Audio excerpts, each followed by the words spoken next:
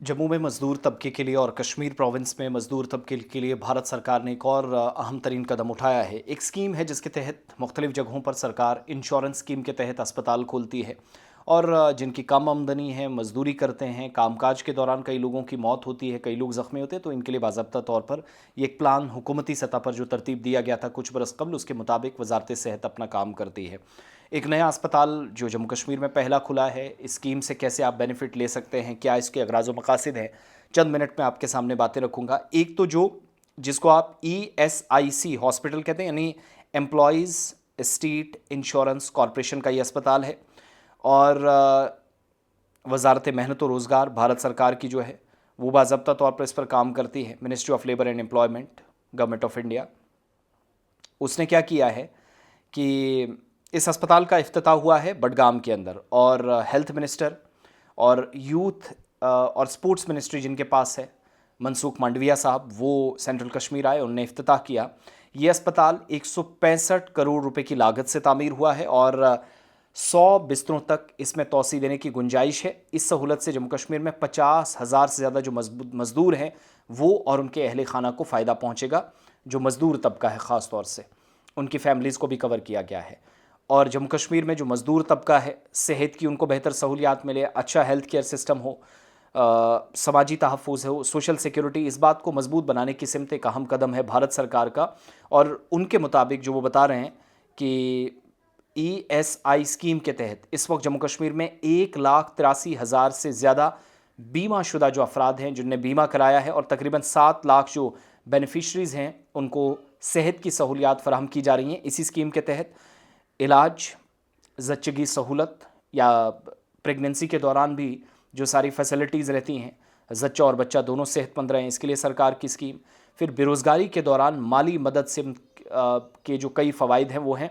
कई मज़दूर हैं, मान लीजिएगा किसी की बीवी प्रेग्नेंट है, वो अस्पताल में चली गई, स्कीम के तहत उसका हस्बैंड जो है वो जितने दिन काम पर नहीं जा सकेगा उतने दिन इस इंश्योरेंस के तहत उसको पैसा भी मिलेगा स्कीम के तहत।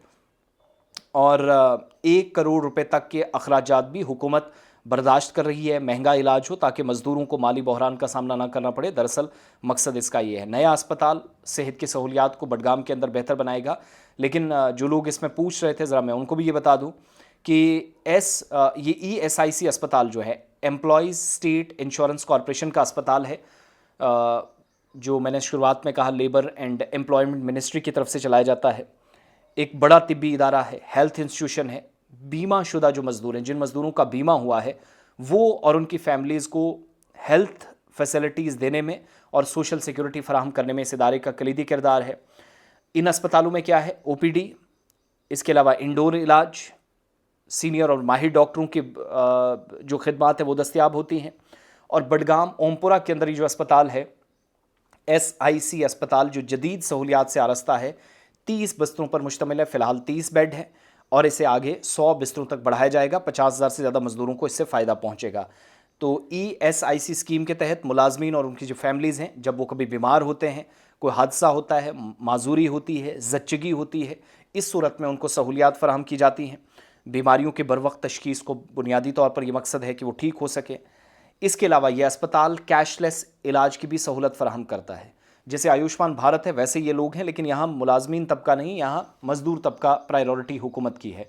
और ESIC अस्पताल या ESIC अस्पताल, इसको आमतौर पे ESIC या ESIC अस्पताल कहा जाता है शॉर्ट नेम में, जबकि जदीद किस्म की सहूलियात हैं, मॉडल अस्पताल के तौर पर भी जाना जाता है। और ESIC स्कीम जो है, इसका आगाज़ 16 अक्टूबर 1989 को हुआ था। अब ये कई ज़िलों तक फैल चुकी है।